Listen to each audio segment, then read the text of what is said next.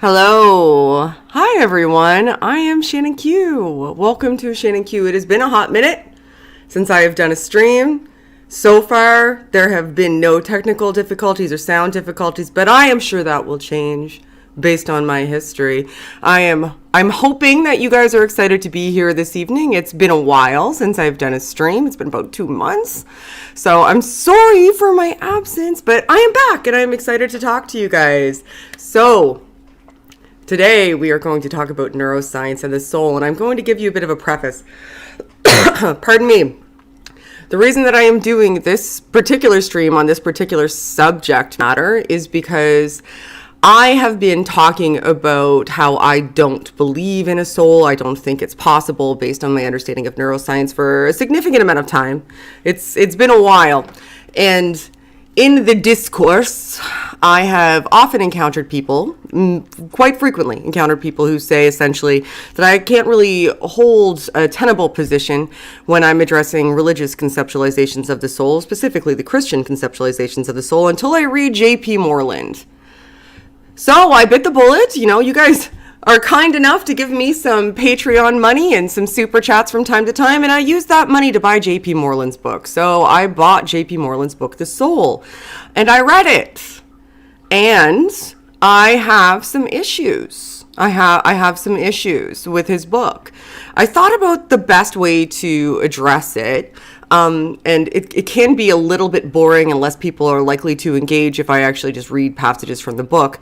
So I kind of scoured the internet and I found a stream that he had done with a relatively small YouTuber who is a Christian YouTuber. I believe his name is Deflate. I have linked his video, the original video, in the description, where they cover a lot of this subject matter. So I thought that it might be best for the sake of communicating this to play the stream itself so that you guys can see JP articulate his positions himself. So that, because this stream covers a great amount of what's in the book, I will be honest with you, 80% of the book wasn't about neuroscience. It was about his specific concept of the soul and why it's the right one based on biblical passages. Like a sizable proportion of the book was just him postulating why his conceptualization of the soul has biblical merit.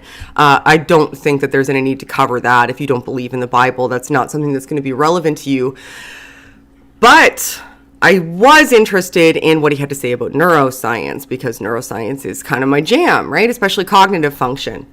And what I encountered was some kind of pop level psychology, some tropes, I guess you might call them, or some colloquial understandings of psychology and neuroscience that I think merit addressing. Because if we're going to have a conversation about where neuroscience plays into concepts of the soul, the first thing that you should do is get the neuroscience right, at least not misrepresent it or diminish it, or in many cases I found that he kind of, I don't want to say whitewashed it, I'm not sure what the word I'm looking for here is, but he made it seem as though it was oversimplified and didn't include components that are incredibly relevant for his argument. So this stream is about an hour long. Because I have so much to say about every individual component, I would like to do it as a multi-part series. If you guys would like to see it, if you're interested in it after watching this, please let me know by liking and leaving comments to let me know if you'd like to see me continue. Like I said, I've linked it down below so that you guys can go watch it for yourself. There's also a link down there to a resource that I will be using in this video. And as always, I would like you to advocate for your own understanding. Anything that you hear me saying, I would like you to go and research for yourself. Go to the sources so that you can make sure that you are doing appropriate source methodology and just not taking my word for it. So, without further ado, we're going to listen to, I'm so bad at pause screens. I'm a nightmare with pause screens, eh? It's hard to do a good pause screen. I see a super chat come through. I will read them at the end. I kind of don't want to mess up my flow because I have some important things that I want to say. But if you have a question as I go and send a super chat, I will absolutely get to them at the end. I promise. Unless they are in any way hateful, I will not read any hateful comments on the air. And if you don't send a super chat, I will give you a trigger towards the end if you have any questions for me. So let's listen to what JP has to say about the soul. I'm going to have a lot to say. I know, with bated breath, I'm sure. You guys, one sec. Dr. Moreland, maybe for a start, just a couple of definitions. How do you define the soul and how do you define the mind? What is a person and how do these terms relate to each other? A soul is an immaterial substance. I'm going to pause so much because the first thing that I'd like to say is that the term immaterial substance seems kind of like an oxymoron to me. How can something be an immaterial substance? So I take issue right away with his definition of the soul. For other issues, which I'll get into more once he starts to elaborate. I'm only going to cover probably about 10 minutes of this video on this stream, and that'll probably take me about 3 to 4 years based on the way I usually talk. But how can something be an immaterial substance? I don't know what he means by substance, and he doesn't elaborate on it in order to elucidate how something can be a substance and simultaneously immaterial, and that's confounding to me. And by substance, I mean, let's just say thing. The soul is... Thing. There we go. Sorry, he did elaborate. It's a thing. My bad. That clears everything up. It's an immaterial substance that has consciousness and animates the body. So that's what a soul is. It has consciousness and it animates the body. Now the soul has compartments in it, and those compartments are called faculties.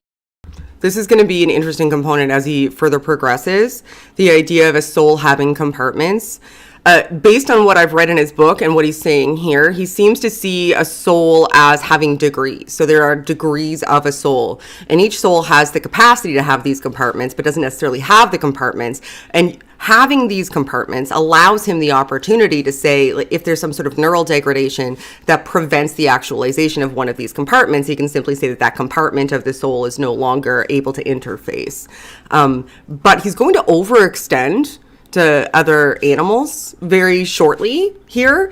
And I think that that's an issue for him that he doesn't necessarily recognize.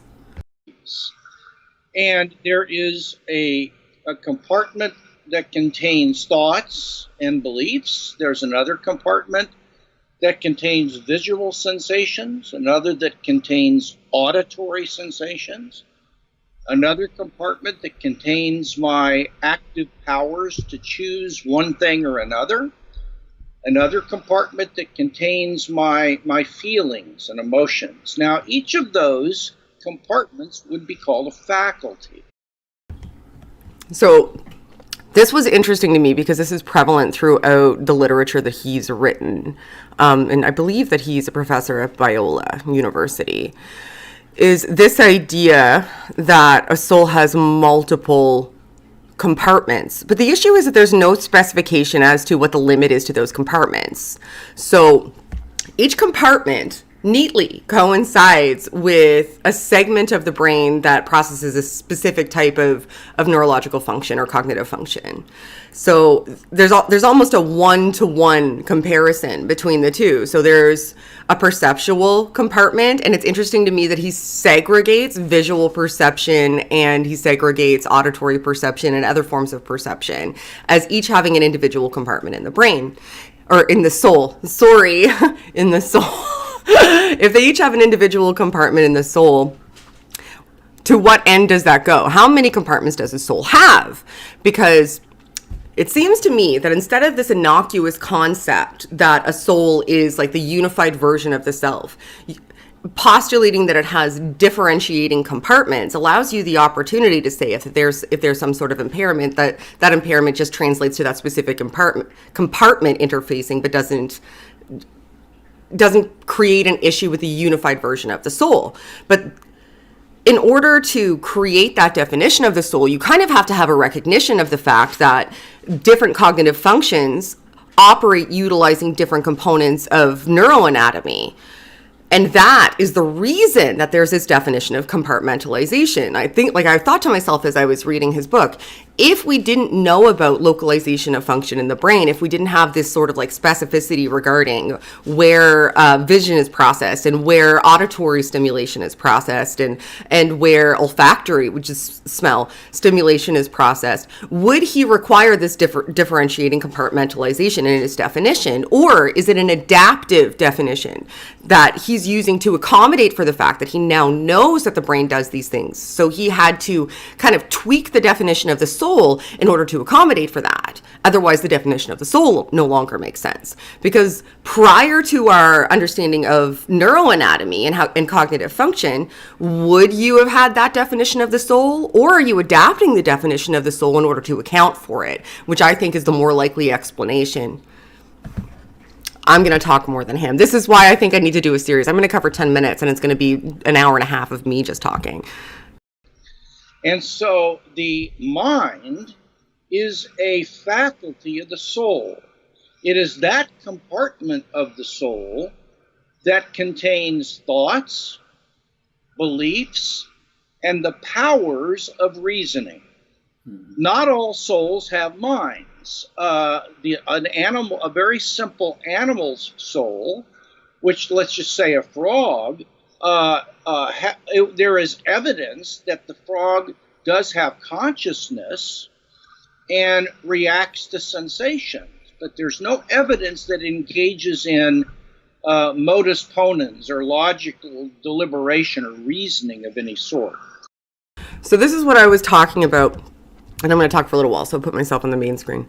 This is what I was talking about when I referenced him adapting definitions of the soul based on an understanding of neuroanatomy. Now, he's saying that there are degrees of a soul, right? So what is a human soul, or what a human soul is, I should say, is different in degree to what the soul of a frog would be. And the reason that it's different in degree is because the soul of a human would have cognitive faculties that allow it to reason, and we don't have evidence that a frog would be allowed to would be able or capable of reasoning. So what I'd like you guys to think about right now as you're rolling around in your mind this concept of a soul and what a soul is the analog here. Now, the differing degrees in the soul map almost precisely to the differing degrees of cognition that our neuroanatomy allows. So a frog, for example, has no prefrontal function the prefrontal function that we use to reason. A frog isn't going to have that capability. But in order for them to see a soul as like this sort of life force that interfaces in some way with a living being, they have to extend that out to other animals. Once you extend it out to other animals, you come into a complex problem. The complex problem for you, if you're a theist who's postulating a soul or purporting that a soul is something that absolutely must exist, is that how can a soul for a frog somehow be different in value than a soul of a human? So that's where the compartmentalization component comes in. But the problem is that compartmentalization component, like I said, maps one-to-one with the ability of cognitive processes that's allowed for by neuroanatomical structures. So the reason that a frog has a different degree of a soul is because the degree of the soul is only allowed for based on the interface from their perspective, which is the brain. A frog brain is a different type of interface than a human brain. So that would be bottom-up soul construction. So you're essentially saying that a soul is only allowed to be as complex as the brain that is interfacing with it. Which seems like a problem, because it seems like you're constructing an idea of a soul based on the allowable or permissible function of the brain of the entity, the living thing that you're ascribing a soul to. That overextension is an issue. Along with the compartmentalization, it's a multi-tiered issue. because it's a tacit admission that a soul is only as capable as neuronal function will allow, without actually saying it overtly. He says a frog can't think. They don't have the same critical faculties that a human does.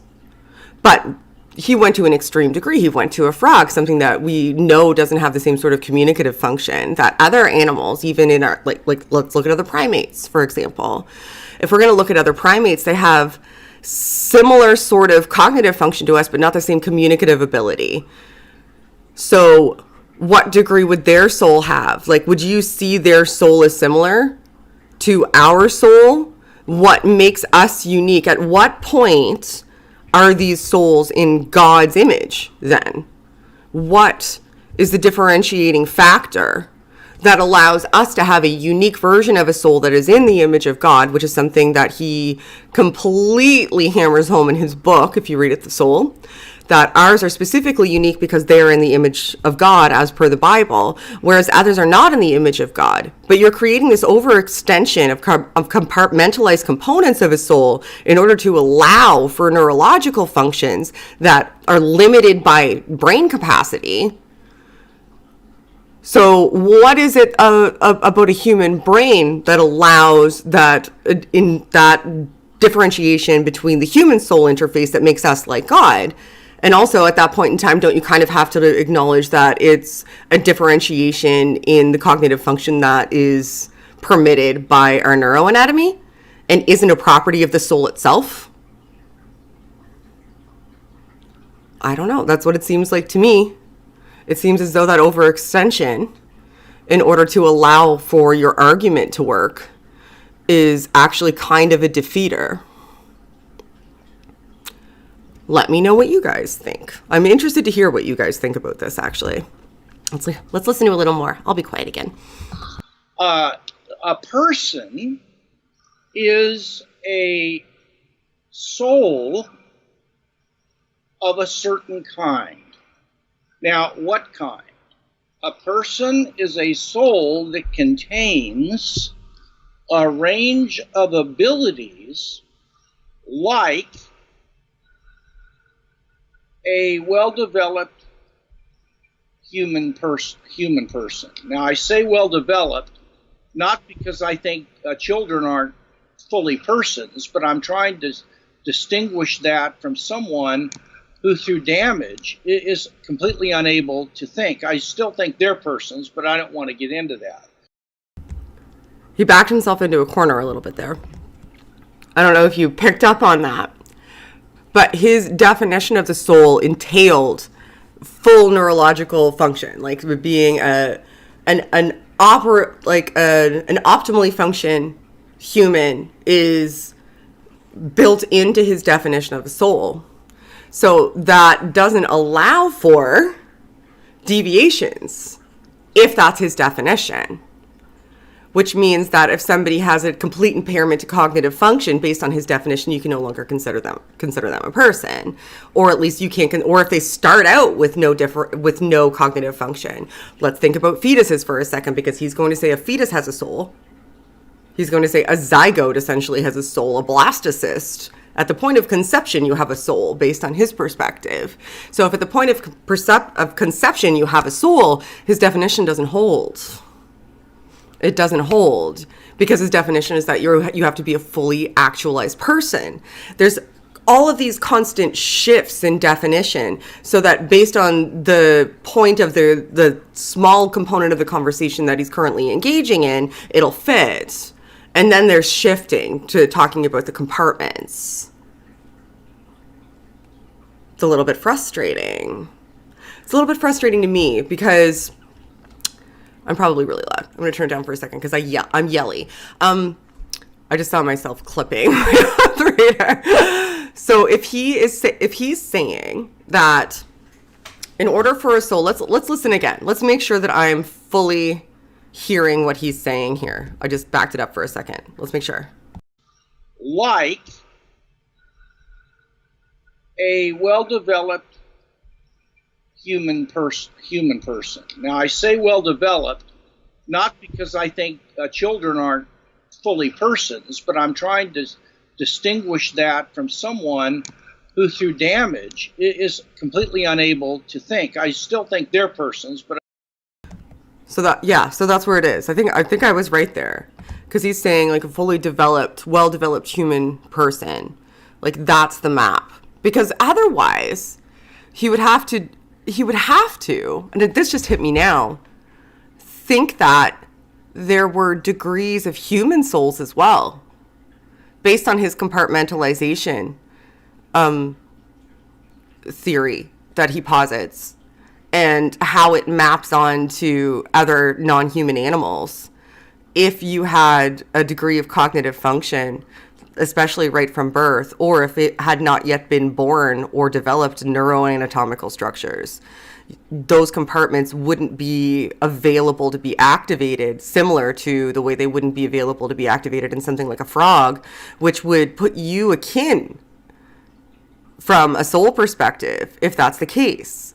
The only other option is that a soul fully exists in its entirety at the point that you become a person, from whatever perspective you look at that from. And if that is the case, then the compartmentalization components can no longer be utilized in the argument, because you're essentially just ascribing a human being a fully actualized soul just by definition, without actually engaging at all in the ideas of neurological function. You're segregating the two, which means that a soul itself would have to be completely segregated and different and entirely divorced from neurological function in order to hold that position. You would have to say a human is fully human from a soul perspective, literally at the point of conception, and is a full version of their being, which seems odd to me, because that negates the ability to develop in any way as a person.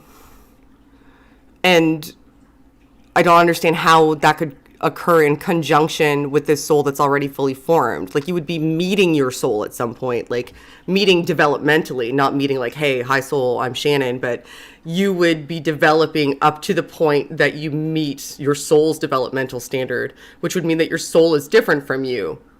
Because if you were at a lower developmental standard than your soul is, or you had access to less compartments than your soul has available, then your soul and you couldn't be the same at any time until you reach a point of apex where your individual neurological development meets where your soul started.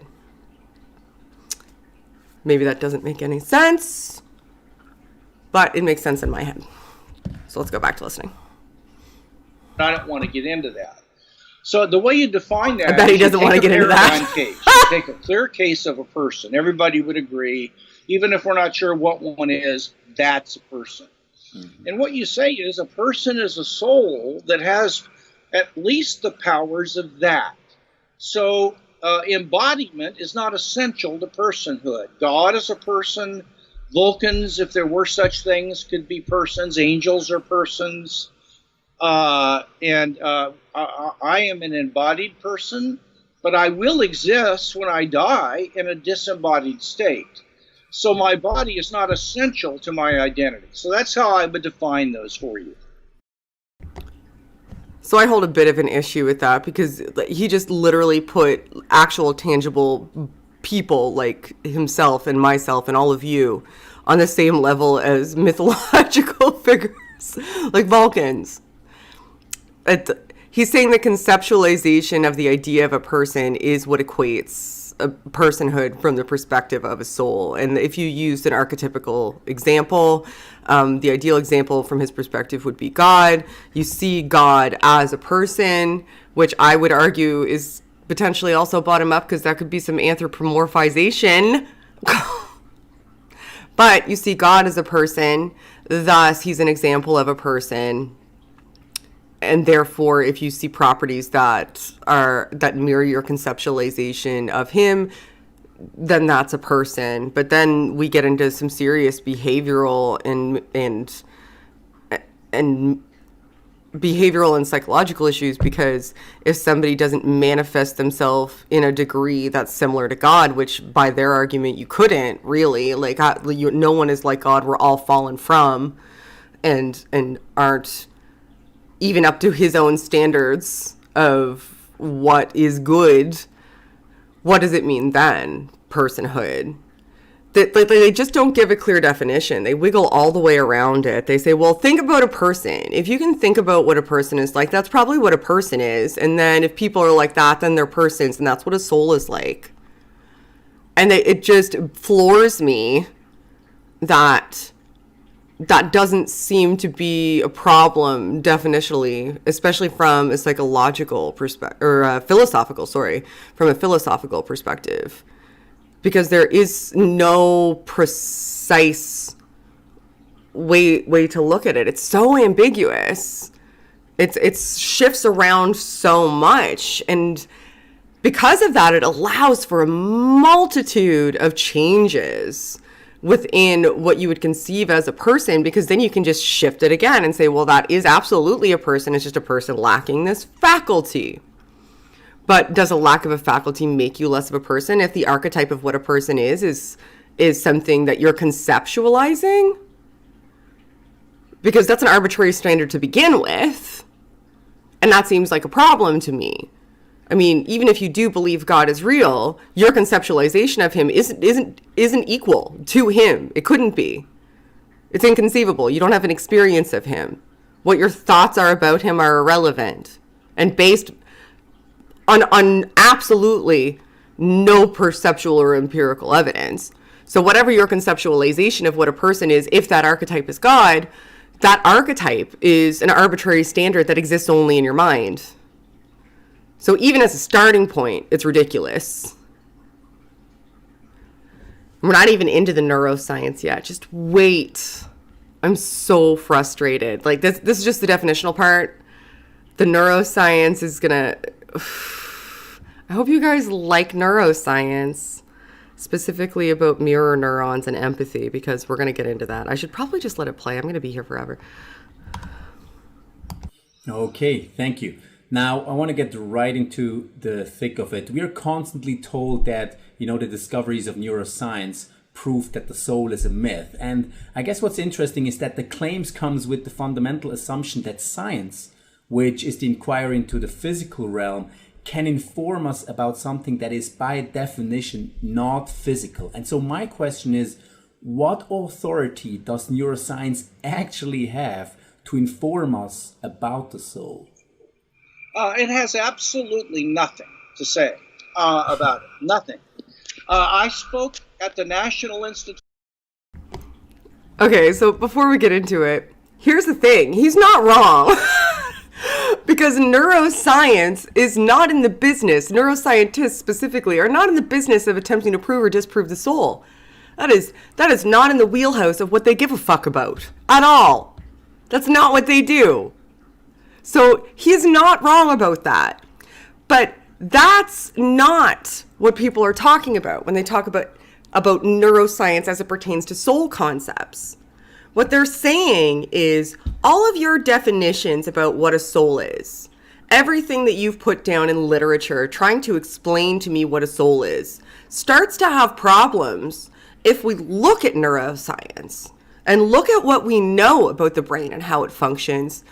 Some of these philosophical definitions that you guys are posing and propagating and really getting behind start to fall apart in places. And that seems like an issue. Maybe we should address that. If neuroscience had nothing to say about the soul, why did you write your fucking book, JP? If it has nothing to say about it, if you didn't, you obviously see that there's an issue, or at least see that other people see that there's an issue. So you needed to address it because you recognize that there's an issue. There is a conflict between neuroscience and people who understand neuroscience and the abstractions that people postulate about soul concepts. they start to become difficult to mesh. And that's the issue. Neuroscientists aren't trying to tell you whether or not you have a soul. They don't care. Some of them may think that they have a soul or that you have a soul. Some of them may not. The ones that do think about it may have all kinds of different ideas about what that even means. That's not what they do. They don't care. They're neuroscientists. Most of them are studying incredibly specialized and interesting things that have nothing to do with whether or not we have a soul. So, I mean, fine. Sure. I mean, he's kind of right about that. But what he's chest thumping as though neuroscience can say nothing about the soul, like it can be dismissed. Or at least that's how it seems to me. I could be wrong there. That's how I read him here. And it'll seem a little more clear shortly. But yeah, it's not what they're attempting to do. It's not their job. It's not what they're trying to do. They're not, it's maybe entirely inconsequential to them. It may be incredibly important, but that doesn't factor into their science if they're doing good science. Institute of Health in Bethesda, Maryland, which houses thousands of research scientists the government pays to do research on a number of things. And this was, I delivered a lecture to about 130 top research biologists and neuroscientists, most of them unbelievers. And I spent an hour and 15 minutes and then followed that with 45 Q&A. And I defended two theses. The first one is that when it comes to the questions about the ontological status of consciousness and its possessor, neuroscience is silent on those questions. It's not silent on those questions. It doesn't attempt to address those questions, and there's a difference. It can be relevant to those questions without actively attempting to address those questions. Just point of order. It's outside the methodology of science to say anything about it. Secondly, when you take a look at the philosophical arguments for consciousness and the possessor being immaterial, they are far stronger than the arguments for physicalism, that I'm my brain or my body or something of that sort. That's just a flat assertion.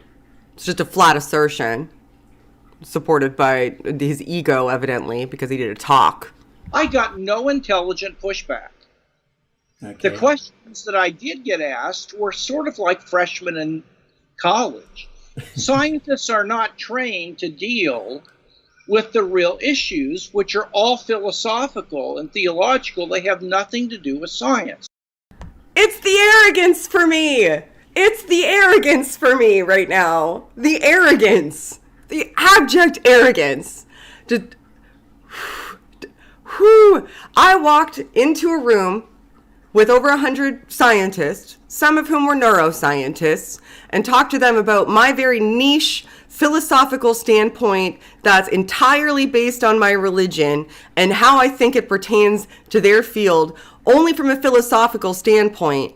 And none of them gave me intelligent pushback. Like, the message he's attempting to transmit here is that I owned a bunch of scientists. I went and stood up in front of a room of a bunch of neuroscientists, and they couldn't even address my arguments because they're so good. They couldn't even intelligently push back against them. Here's the thing, JP. They probably didn't actually care. This analogy that you're like this anecdote that you're using from your personal experience going to a lecture, some of them may have had very intelligent things to say to you, but didn't care. We're maybe waiting for you to leave, because I'm not sure if you use the same sort of tone that you're using here, the same sort of absolute disrespectful, dismissive tone about people whose entire field of study you're attempting to dismiss in your books. But it floors me. The absolute arrogance. It is the arrogance for me when you say something like this. It blows my mind. Blows my mind. Like, I could not imagine having the honor of speaking in front of a room of professionals about something and taking questions from them or engaging with them and walking away saying that they were no smarter than first year students at my university.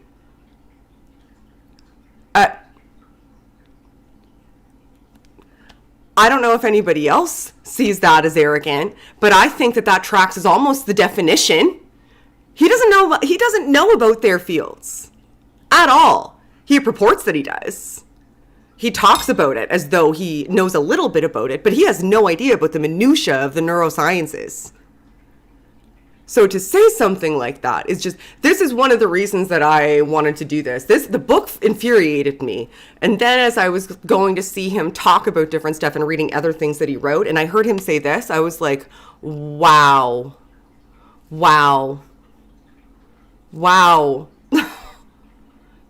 Blows my mind. It just blows my mind that you could be that arrogant, especially when you get some things later on about the neuroscience so wrong. And you may be a brilliant philosopher, JP Moreland. You very well may be. I am not a philosopher. I am somebody who you could just probably consider me an idiot. I just probably know more than the average person about neuroscience. But I couldn't imagine talking like that in order to further what I'm saying about entire groups of people who are professionals in a field that evidently were kind enough to host me. Anywho, back to it. It's almost mirror neuron time, and then we'll have a little conversation. Let me tell you an example of this. Two or more theories are empirically equivalent if they all entail or imply exactly the same observational data. What that means is that no empirical observation can count in favor of one relative to the others because they all imply exactly the same set of observations. Okay. Now I'm going to need somebody else to clarify this part for me because this one seems odd. He's saying that they're empirically equivalent if they all support the same set of observations. Now that again seems like an overextension to me because whatever the list of observations is, let's say that there's X observation. I make a hypothesis that this flying spaghetti monster supports X observation. And he postulates that God supports X observation. And another person postulates that something like empirically founded in the material world supports X observation. What he's saying is if they all land in support of that observation, then they're seen as equivalent. That's what I heard when he said that. So maybe somebody else can help clarify that for me because that seems like patently absurd to me because you can really just posit anything to support that observation then and it is seen as an equivalent theory, which is silly to me. Now, what we've learned is that there's a group of neurons in the brain called mirror neurons. And if they're damaged, you can't feel empathy for another person. Now, how do we explain that? Well, okay, so he's wrong. He's wrong.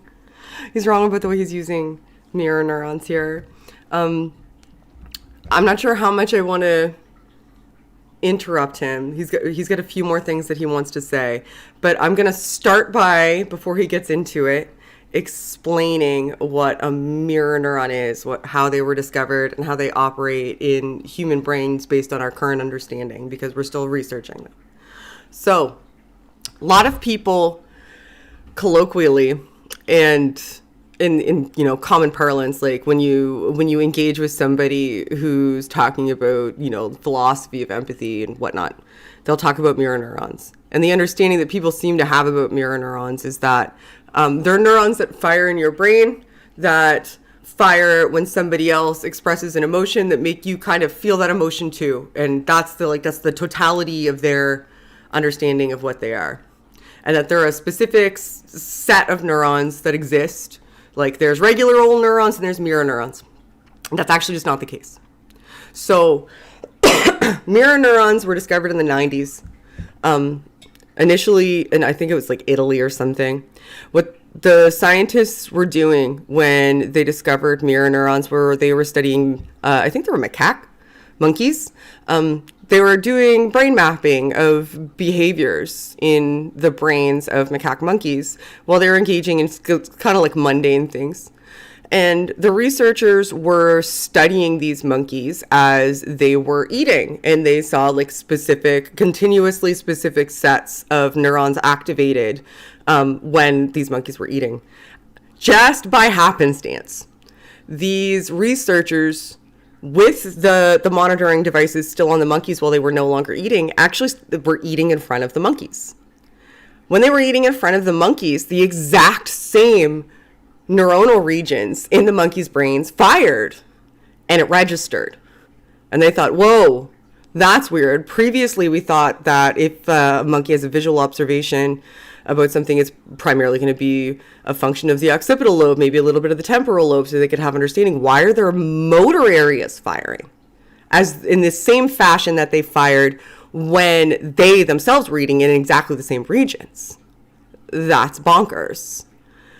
So they started to do more research, and they discovered that within the primate species, that when you perceive a behavior, or when the monkeys perceived a behavior, they were using the same set of neurons that they used to enact that behavior during that perception.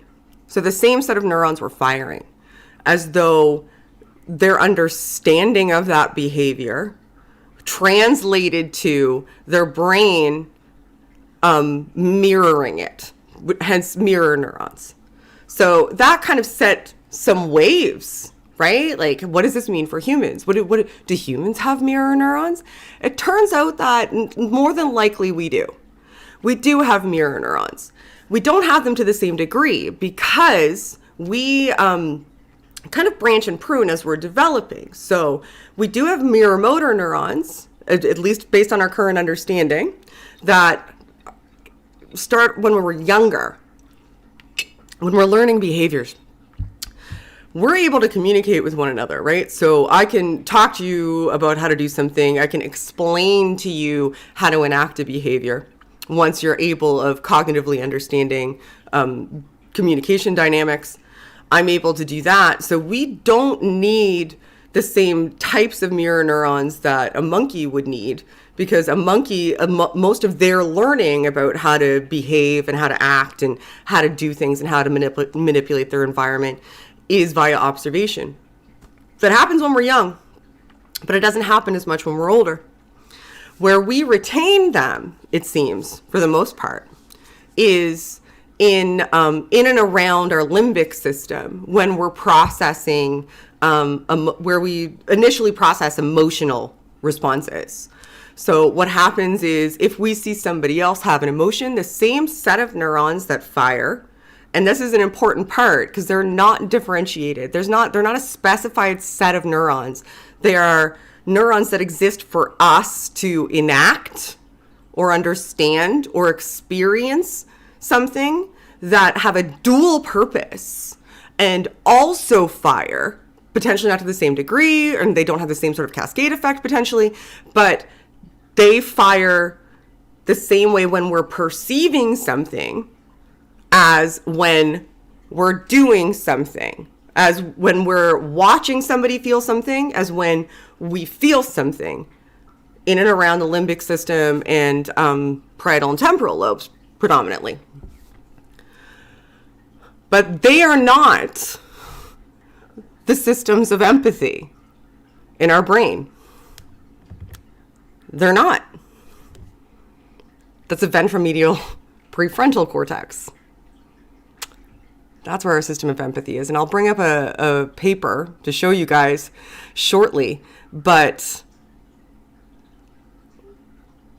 this is what's frustrating to me. Now, most of the arguments that I've seen about the soul and people who tie it into neuroscience seems to essentially just boil down to there is what's called a mind-body problem, which means that we don't have like a unified, we don't have like a specific area in our brain that we can point to and say like that is where the experience of what it's like to be me is. Ventromedial, prefrontal is probably pretty close. Therefore, we can't say the self exists in the brain in any sort of meaningful way. Like there would need to be something that it's like to be matter for that to be the case. What all of the arguments seem to hinge on is that the fact that that is a problem, like an interesting problem that we're engaging in, just automatically means that there is a soul. And that's a non sequitur. You can't say, well, we can't fully explain how we have a unified perception of self and consciousness based on our current understanding of neuroanatomy, therefore soul. Which is the argument that's being made here, essentially. That's the foundation. But in order to maintain that foundation without exposing the problems, this sort of like pop culture misrepresentation of the neuroscience is being utilized. Because when you say we experience empathy because there's mirror neurons firing, that's actually not true. It's not entirely true, at least. That's a part of a system that we use to experience empathy. But that, even from a neuroscience perspective, because if you're going to address the neuroscience, you should read some of the neuroscience. Be specific about it. Or someone like me, who's an idiot, is going to come across and be able to correct you. But that is not what empathy is. I mean, if you want to stand up and say there is a mind-body problem, we need to address that. Fine, sure, I'm with you on that. I'm interested in it. But to say there is a mind-body problem, therefore soul, and also the reason soul exists and is right is because misrepresentation of neuroscience on a popular level, like everyone recommended me this friggin' book, that seems like a problem to me. But like I said, I'm a moron. There are 3 empirically equivalent theories that equally explain those data. Number 1, strict physicalism. Namely, that consciousness is nothing but physical states in the brain, and the possessor of consciousness is the brain itself. That will explain that. Number 2, mere property dualism. That's the view that consciousness is in no way physical. It is clearly immaterial, but the possessor of consciousness is the brain itself. So the brain has different kinds of properties. It has the properties of matter, but it also has the properties of consciousness that are immaterial. That's explanation number 2. There, the relationship between mirror neurons and a feeling of empathy is cause and effect. It's not identity. They're not the same thing. Okay. So, I've already been talking for almost an hour, and I really want to focus on the mirror neuron thing again. So, when he's talking about mirror neurons, he's oversimplifying the system of empathy in the brain. He's equating, in order to make his argument, the firing of mirror neurons with the experience of empathy. However, the experience of empathy doesn't take place at the point of firing of mirror neurons. So if a mirror neuron fires, it's going to be processed by the limbic system. The limbic system is in the middle part of your brain. It's where a lot of emotional processing happens. It's kind of like a unifier. It's a way station in some ways. There's lots of little parts people don't think about in there, like the thalamus, the hypothalamus, the amygdala. Like a lot of the cool stuff that's in your brain is midbrain structures. But what happens is for processing, it gets routed out elsewhere. Now, with regards to systems of empathy, where the mirror neuron data, or the perceptual data is probably a better way to put it, because it could be perceptual data without being mirror neuron data. But the perceptual data about how somebody feels And I say that because you can have issues with mirror neurons, like he referenced. You can have issues with mirror neurons and still be able to have a unified sense of empathy or some degree of an understanding of what empathy is, even if you have an impairment to what you would consider mirror neurons, which, as we established earlier, are exactly the same set of neurons that, or are part of the same set of neurons that are firing when you experience something that would fire when you perceive an experience. And like, I can't stress it enough, they're the same neurons. They're not a different set. They are the same neurons.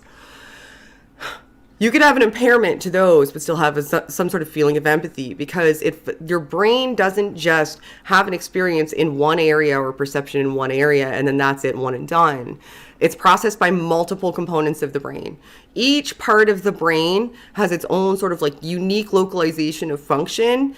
And once it's processed through midbrain structures, it roots out when it comes to things like emotional experiences or interactional experiences, especially social experiences and perception of self and how it pertains to you, to an area of the brain called the ventromedial prefrontal cortex.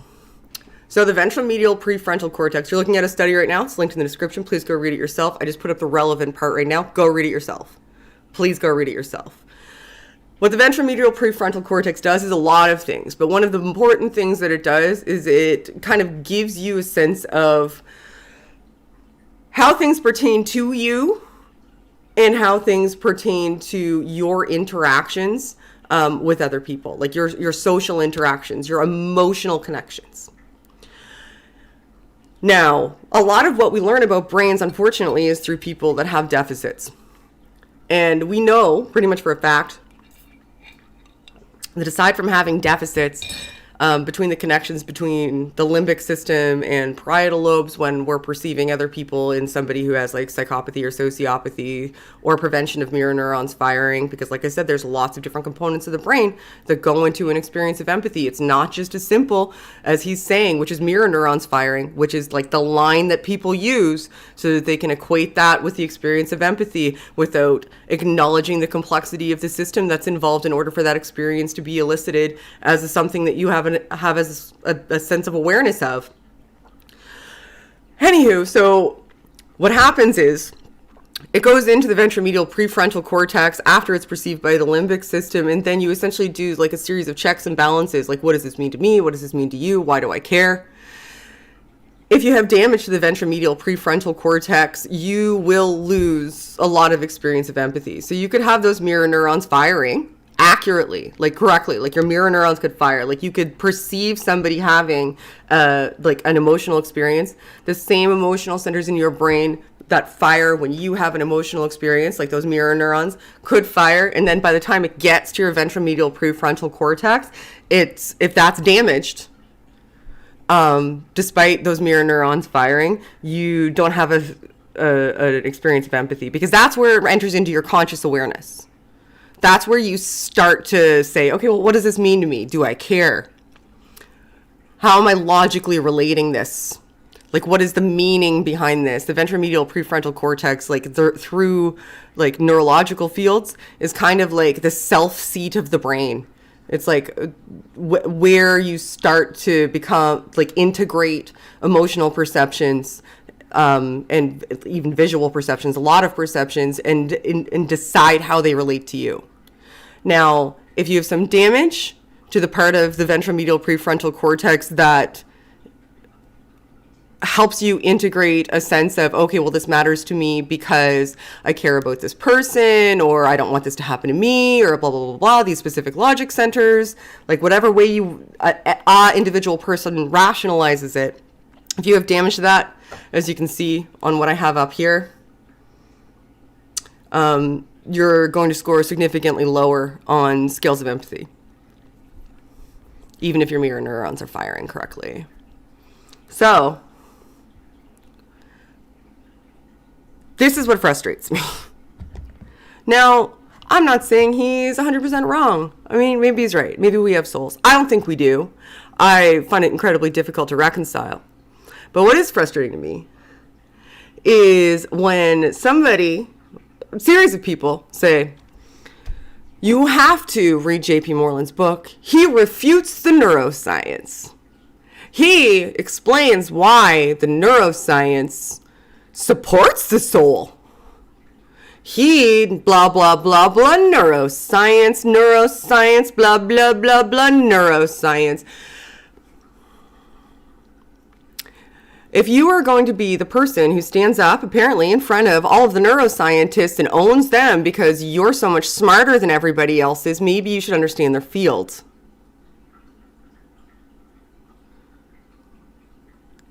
Seems like reasonable expectation, especially if you're going to write a book that apparently is a seminal work of that all theists who I talk to have been suggesting that is required reading, because I'm going to address more of his stuff.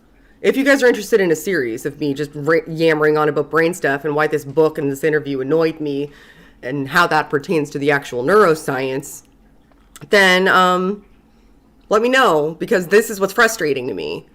I mean, if he had actually, like, I've read some theist books. I'm reading one right now. I think it's called The Mind of God, but it's written by he's a brain surgeon, and it's interesting. Like, it's really interesting. I really like it because I can see how he relates his actual legitimate understanding of the neuroscience to his belief, and like that's fascinating to me. That's really fascinating to me. I know many, many, many theists of all ilks who understand the neuroscience. I even had one on my channel. Luke. I had Luke on my channel. He's great. He understood the neuroscience, and we had a really interesting and honest conversation about what it meant. If you're not going to honestly represent the neuroscience, if you're not going to adequately represent the neuroscience, if you're not going to comprehensively represent the neuroscience, don't stand up and tell me that you're the one who refuted all the neuroscience. It's like, is it just me? I'm probably uniquely frustrated because I'm a brain nerd, but that's what frustrates me, especially the ostentatious attitude about how much more clever he is than all the neuroscientists.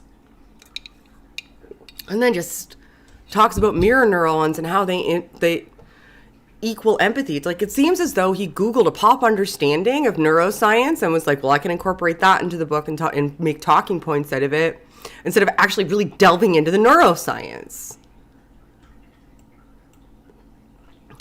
Anywho, I'm frustrated with that. I'm going to start reading super chats now. Thank you for coming to my rant about J.P. Moreland and his book, The Soul. I appreciate it. I know I haven't been around in a while and I haven't been active in the chat, so I appreciate you guys coming. Oh wow, there's like quite a lot of you watching. Thank you for coming and hanging out with me. I'm going to read the super chats now if you have questions. I'm looking forward to reading them. I'm going to start at the top. Devil Dogs. People who argue that X has biblical merit needs to answer the question, why should we care about biblical merit? That's fair. That's fair, because the presuppositional position, kind of, you have to assume Christianity is true and matters in order for that to even care about that. Sorry, I haven't been around lately. Got a girlfriend? Oh, yay! And you're doing, yay! Good job, Vibrantly Brantley. I hate mean comments too, Vibrantly Brantley. Thank you. Oh, I have a new member. Thank you. Hi, Alicia Fox. Welcome. Thank you. I'm so excited. Hi, Godless Engineer. Hello, thank you for being here. My soul's overheard compartment is damaged. Your soul's overhead compartment is damaged. That's funny. Devil Dog again. I think he was talking about how two explanations that explain the facts equally well are equal. Okay, that makes sense. RNA world versus metabolism first, but that might not be a perfect example. I see, like, I guess you could say they're equivalent there because we don't know, but there's evidence to support both, unless that's what he was saying, is that there's definitely evidence to support both equally, which I don't think there is. But that makes a significantly more sense than the overextension. That does make sense. Thank you. That's helpful. Paulogia, thank you. Is property dualism of the mind necessarily a supernatural affirming position, or are there materialist property dualists as well? I don't think that you could be a property dualist and be a materialist based on my understanding. Because if you're a property dualist, you're essentially saying that there's something non-corporeal, the supernatural, that exists outside of you that's somehow interacting with your brain in order to make a you through that like symbiotic sort of relationship. I think, for the record, I'm going to talk about neurology again or neuroscience again for a second. I don't think even that is possible. But, I mean, in order for that to make sense, Paul, you would have to somehow tether the soul to the material world. Like, it would need to be a substance, like a measurable substance. And if that were the case, then it would still pull it out of the theistic realm. And I don't even think it's possible. Like, it would be hypothetical at best. I don't think you can.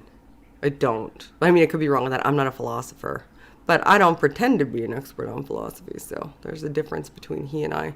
But yeah. Oh, sorry. When one of the reasons that I don't think the soul is possible, one of the nails in the coffin for me, for anybody who's interested, is understanding the transmission of sodium and potassium ions across a cell membrane in order to create a neuronal action potential. Because if there's not an exactly precise distribution between the interior and the exterior of a soma, like a cell body of a neuron, and mitochondria within the cell that's producing enough ATP to open the channel, then there is no action potential for that neuron to fire, or any neuron in your brain to fire, in order for you to even think about whether or not it's possible to have a soul. And I can't conceive of a way, even through substance dualism, that a soul could change the distribution of sodium and potassium ions on either side of a cell membrane. I just can't see how that's possible. Doesn't make any sense to me. Like, how does it, like, does the soul split the cell open? Does it and pull the sodium ions out and put some potassium ions in, just to make sure that they're at the right level, so that that neuron can create the electrical impulse required to release the neurotransmitters at the end of the dendrite? Like, is that how that works? Or does it magic a distribution of sodium and potassium ions on either side of a neuron? How? Like, when they say interact, like, it just exists in the realm of magic. It has to. But the more you know, like, even at a cellular level, about how brains are constructed, the more impossible that seems. Because how does that happen? Like, how does the soul open the channel, or does the soul place sodium and potassium ions on either side of the channel? No one can answer that for me. I have asked a bunch of theists, and every one of them just says it's not important. Oh, well, it kind of is, especially if you're a substance dualist, because you're saying that the soul interacts with the brain. You're saying the soul, is you and interfaces through the brain. Because magic, it just has to be magic at that point. But it has to be magic that would be observable. Because if the soul was doing that and we were observing brains on a cellular level, then we would be able to see sodium and potassium ions zapping in and out of existence on either side of a cell membrane, and that doesn't fucking happen. In order for the neurons to fire. So, like, make sense to me. And everybody looks at me like I'm like, oh, I'm not a philosopher. No, I'm not a philosopher. You are, though. Tell me how that makes sense. It's not important. Neuroscience doesn't tell us anything about the soul. No, it tells us about who we are and how we operate. And that's really important. But fuck me, I guess. Sorry. I'm really ranty today. I've been away for a long time because I've been cranky and I didn't want to transmit it onto the channel, but apparently it's bleeding through. I'm sorry. Casey! Oh, thank you. I'm glad you enjoyed my rant. I can't science, so God magic. Basically.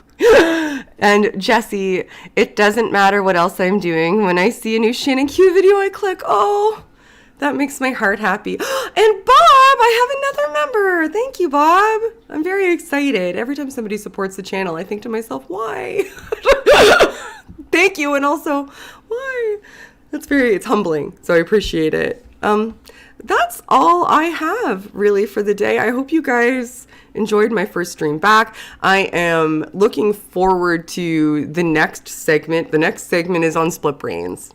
He talks about split brains, and I was going to get into it today, but I knew split brains is going to be like the 5 minutes he talks about split brains is going to take me an hour and a half to talk about. If it's something that you'd like to see, let me know so that I'll create a playlist and I can do this as a series. And I really appreciate you guys being here, and I'm going to do what I usually do, which is talk over my outro screen and say thank you so much for supporting the channel and for supporting me and for being such a wonderful community and listening to my rants, and advocate for your own understanding.